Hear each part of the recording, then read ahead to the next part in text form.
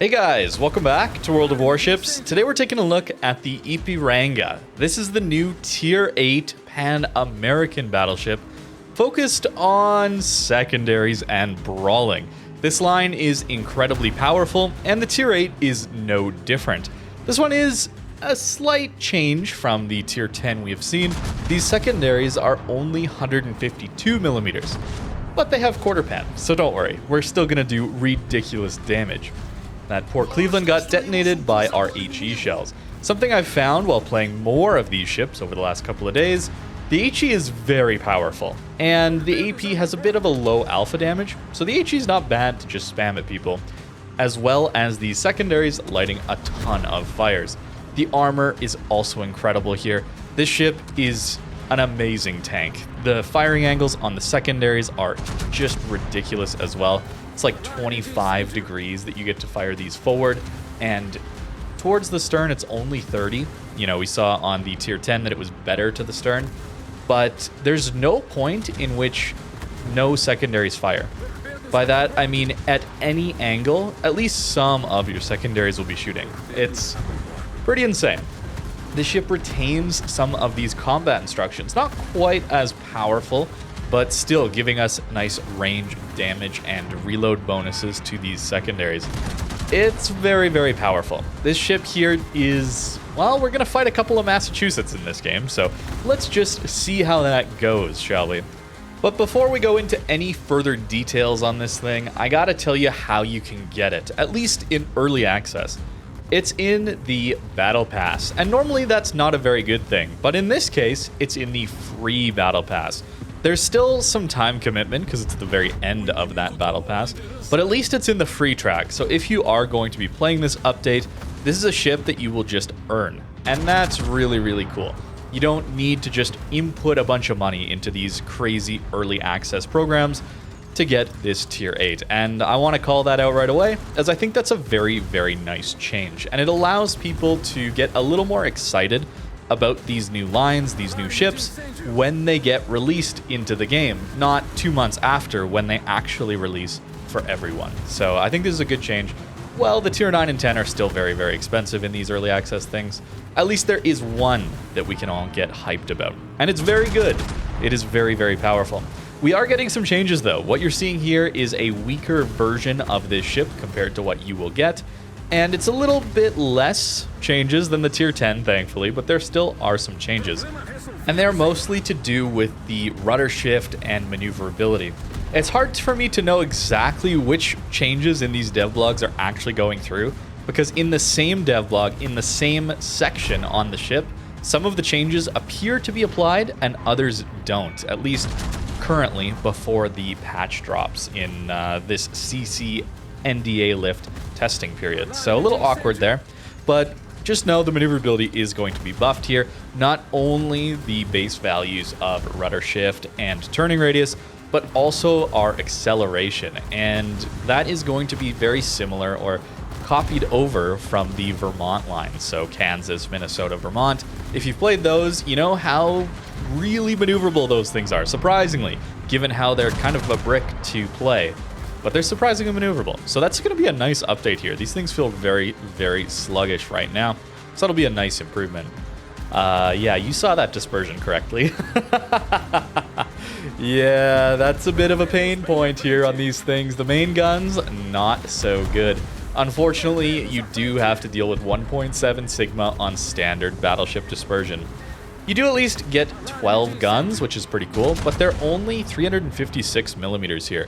So very, very low caliber, and well, they do okay damage when people are broadside with the AP. The alpha damage really, really isn't anything to write home about here. 9800 alpha feels kind of bad, and like I said, the HE can be a good option at 5k alpha. That's really nice. Most of your damage, though, is coming from these ridiculous secondaries, or at least a large majority of it. Unfortunately, not able to quite dodge these torpedoes. I also pushed out way too far, and the Preussen got us. But 165k there, nearly 3 million potential damage into some tier 10s, and more importantly, against 2 different Massachusetts there.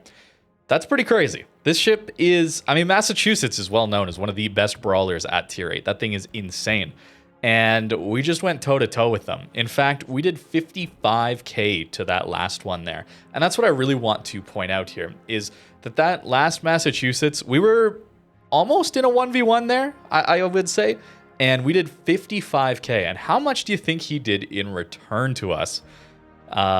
He did around 33,000 damage to us between his main guns and secondary damage, as well as those fires. So here we're going to see like 24, 25k from him. That's the very bottom one there. And then the fires is going to show us another 8,000 or so.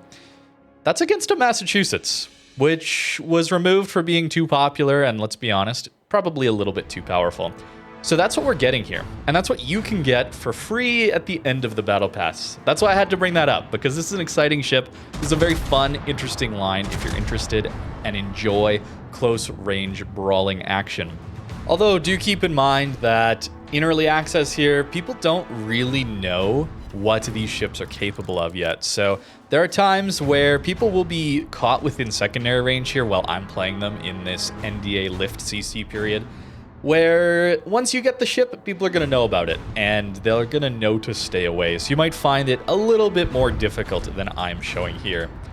On the other side, though, there's a bit of a CPQ, shoot PQ element to this game when I play it, at least at times, not always, of course. And it being a test ship, people want to shoot at it as well. So there's some trade-offs there. But I do think, generally, people will know to stay away from these ships, especially because this ship can get 13.8 kilometers of secondary range on tier 8. That's what these combat instructions are going to provide for us. That's a lot, man. You're not going to use it to start a secondary engagement, I don't think.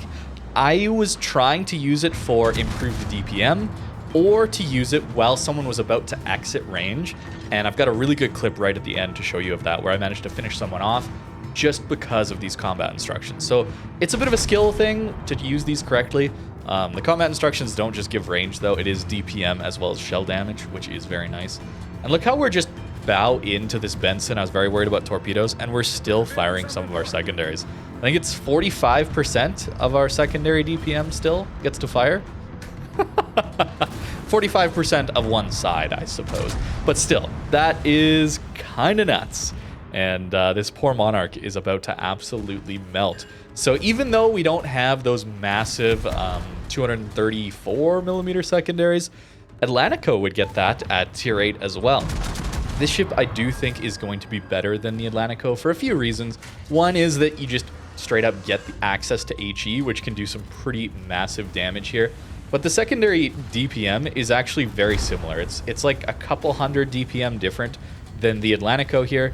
So you are going to get similar damage. The main threshold, of course, is 32 millimeters. You know, Atlantico having that 59 mil pen can matter against some German and Russian battleships, but for the most part, it's not going to have as much of an effect as this ship does when it comes to that extra DPM and range and damage from these combat instructions. Something else I need to correct, actually, from my initial video on the tier 10 is that these ships heal back 65% of pen damage instead of 50%. So that's why you're going to see these heals are often very efficient. You're almost never going to have to deal with a suboptimal heal where you're not getting the full value out of it, which is really, really powerful. And considering you have that halfway improved reload time on the heal, it's pretty good. And obviously the armor is amazing. We're going to look at that towards the end, of course, but yeah, armor is insane here. But a 60-second cooldown on that heal and that improvement to the pen damage means you're surviving a long time. Of course, well, dealing with a kiting Laria and Venezia is not the most enjoyable thing in your tier 8, let's be honest. It still can push them back towards the A line, which is pretty impressive without dying completely to deal with that. I am using the buff here, and that's because I had some of my secondary accuracy built up already. That's the main reason I'm not going to pop these combat instructions right away whenever somebody's within that 13.8 kilometer range. It's because you're not going to hit much until your secondaries have that accuracy built up, with manual secondary skill. It takes a little while, so that's really what I'm waiting for, is having that accuracy already there. Then I'm more inclined to use it for range. Otherwise, I'll definitely want to use it for the DPM at closer ranges, though. That's a very, very valid use case for it. Here, I just totally don't lead enough. These shells are a little bit slower than I'm used to, and we still get a 4 Citadels, nearly a dev strike. That does not happen very often, okay? You remember in the first game where we missed a bow on Massachusetts with basically everything at like 7 kilometers? And then we get that salvo. I don't know. Don't expect that, man. Do not expect that kind of damage and accuracy out of this ship.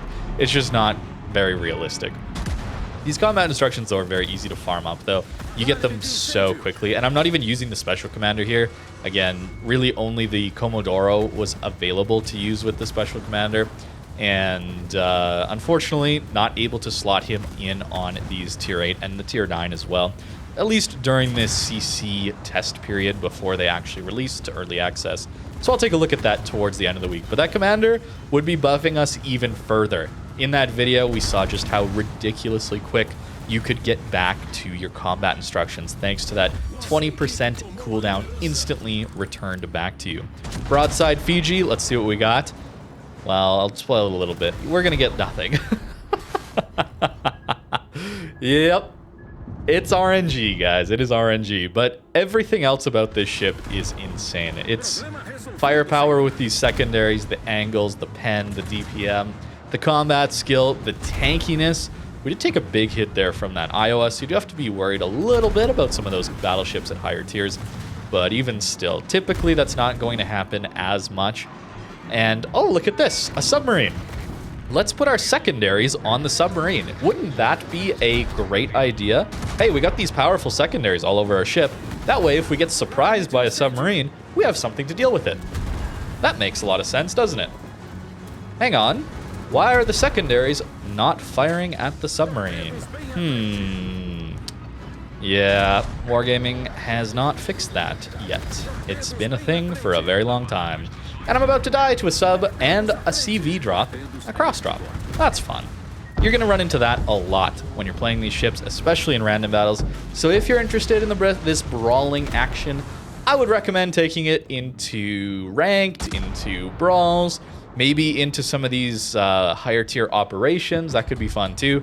But random battles, when you have to deal with subs and carriers, it's never fun. And these ships are not amazing at dealing with that. They're very big, actually. So you're going to be pretty easy to deal a lot of damage to, thanks to how long the ship actually is. It's got great armor, but there's a lot to hit here.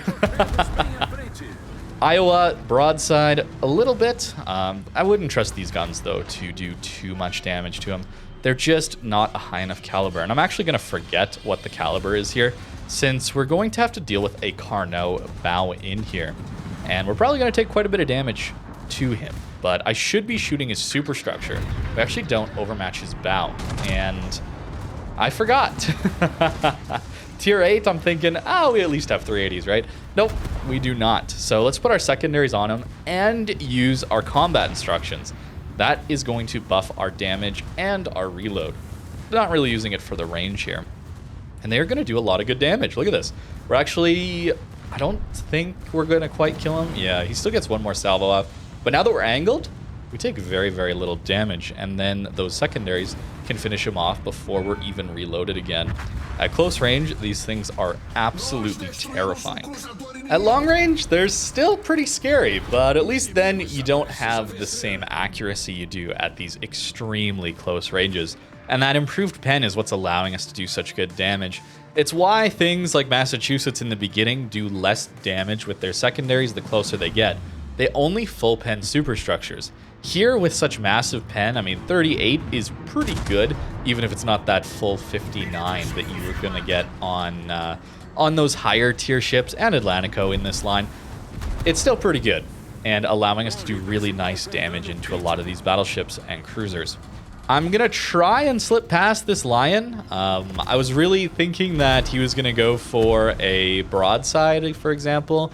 Since the game's almost over, they've pretty much won this. I figured The trade didn't matter as much, but he's going to go for the ram, unfortunately. So we'll try and get one more salvo into this NC, but yeah, not maneuverable enough to slip past him, unfortunately. But we're still going to do, well, with that ram, I suppose, up to 160k. Before that, we were around like 130, so that was still a really good game, and sort of solo holding that flank, I guess. It's really fun to get into those brawling situations. And this last clip is the one I mentioned earlier. Look at this Hawk here, about to get out of secondary range. We've already farmed up quite a bit of secondary accuracy on our manual secondary skill, and he's about to leave, then we use it.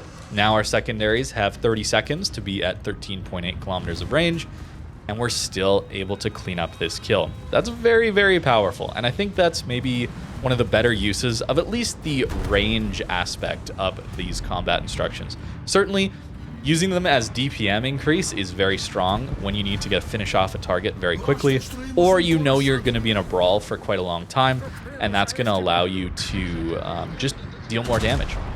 Certainly, it's not too hard to farm these combat instructions up while you're brawling it out. It's almost impossible to lose progress, too, while you're in a brawl, because potential damage does affect that. It's the exact same as that tier 10.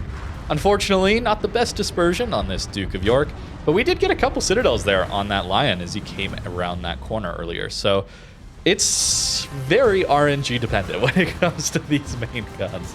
But the secondaries are awesome. It tanks incredibly well. And overall, I think it's going to be a pretty fun line. Borderline overpowered, I will give you that. Certainly in 1v1s, close range situations, but in order to make a brawling secondary battleship work in random battles these days, I mean, I said it a while ago, you basically have to make them overpowered to make them any sort of viable to push in random battles these days. And I'll be very curious to see how the sentiment towards these new ships changes over time. We certainly have a bit of a ebb and flow when it comes to pushing brawling battleships. We get some very tanky ships like, say, the Russian battleship line comes out, allows you to push in like crazy. And then over time, the damage and pen on HE shells and the DPM increases, and it gets a little harder to push in. And then you get a crazy line come in again that allows the pushing again. Like, say, the Schlieffen line comes through, which is kind of ridiculous in its firepower, not necessarily in its tankiness. And then you get some more DPM, a little more range, allowing those cruisers to fight back a little better. And then you get something like the Pan American battleships, which combine that insane levels of tankiness and the damage output from the secondaries. And then I'm assuming we're going to go in the other direction again and get some more insane cruisers. I don't know if that's necessarily a pattern, but that's something that's kind of been a bit of a theory I've been thinking of, at least in the last couple of days. At least it seems to be a little bit of a pattern here. At least when it comes to these new battleships, though, random battles pushing is still difficult, but much more doable in these than any other secondary brawling battleship or even pushing battleship. It's very, very strong. Don't worry, we're going to take a look at the Victoria soon. This is another one where, I mean, just a lot of changes coming in last minute towards these ships. So I can't even test this ship with the final changes. And the changes are to the shells. So I felt like maybe with some of these Pan American battleships, I could deal with the changes to maneuverability, some of the DPM changes, commander. I could deal with that a little bit because I can still show off the firepower and what they're capable of. But yeah, Victoria's coming soon, though. Don't worry. I'm going to do that as soon as the patch updates. As well as the Tier 9, honestly, because Tier 9 seems pretty good as well. You finally get access to those higher caliber secondaries. This Tier 8 does not quite have it yet, though. But they still do decent damage, and again, that 38mm pen is excellent. Build is, of course, going to be full secondaries, and I'm running the Damage Control System Mod 2 here, and I think that's going to be what you run anyway, thanks to Propulsion Mod going away. As soon as you have access to this ship, you're going to have that built-in Vermont-level maneuverability, and so no propulsion mod will be available to slot. But it's very, very nice to have that little bit of extra. The build here is a little bit scuffed, I gotta say. Only allowed a 17-point commander here in testing. It's not really what I want to be running. If we look at my Tier 10, I've shifted things around a little bit more. I have actually given up fire prevention because these ships are so tanky and they get so much potential damage This improved repair party readiness is very, very nice. Getting back to those heals even quicker and adding that 5th heal when you get over 2 million potential damage. It's really, really good. Also, their concealment's amazing, so Brisk is pretty nice. I gotta say, it'll be very curious to build these ships for Brisk and including that extra Vermont level acceleration built into them with a ship that's going over 30 knots, right? Vermont is still reasonably quick when you're maneuvering, when you're dodging, but that ship's limited in its max speed. For something that can go over 30 knots, that could be kind of insane to deal with. So I'm very curious to see what it goes. I also was running that, I was starting to run more gun feeder as well, so allowing me to swap between the HE and the AP. I've had some over 10k salvos with some of the HE on this line, as well as lighting fires. The worse accuracy also lends itself to spamming some HE. You're not as reliable at hitting citadels, but when you're hitting just anywhere on the ship and you're happy, it goes a little bit better.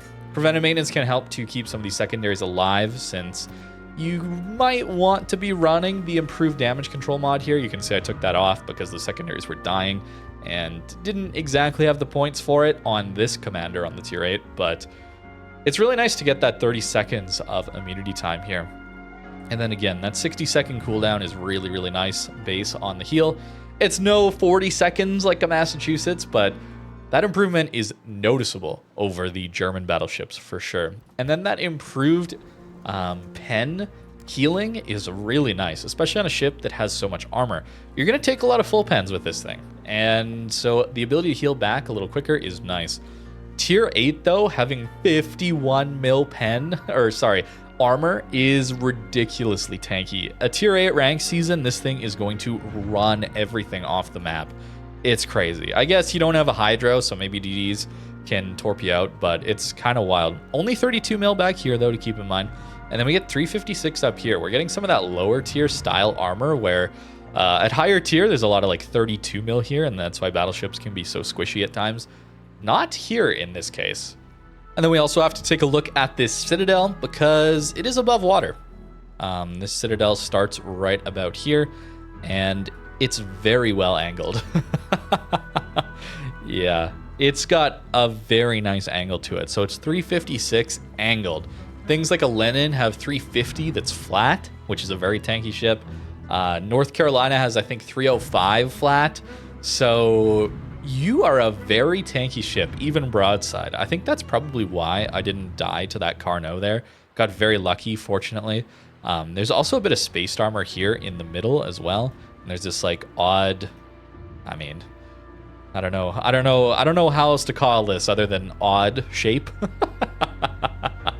We're playing with very different angles here. I don't know, but yeah, it's a very, very tanky ship. At least this one has a reasonably large superstructure. It's not even that big, but compared to some of the higher tier ones where they start to get a lot smaller, right? We're starting to see that as like a lower tier superstructure where it's like a couple pillars and that's it, almost the Fuso style, right? And then if we go up to the tier 10, yeah, even less it feels like. Although maybe it's wider, but I mean, it's still such a small superstructure, right? Like, let's be honest here. It's a meme how large the GK superstructure is, but I mean, like,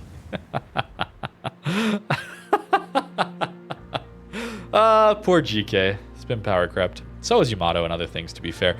But still, it's these new things. I mean, that's a 2024 release for you. The tier 8 is even quite good. I had a lot of fun with it, and I think this is going to be a very, very strong secondary brawling line. Very happy to see it as a battle pass reward in the free track, not to be paid for. It's really good to see that, and I got to call that out when I see it.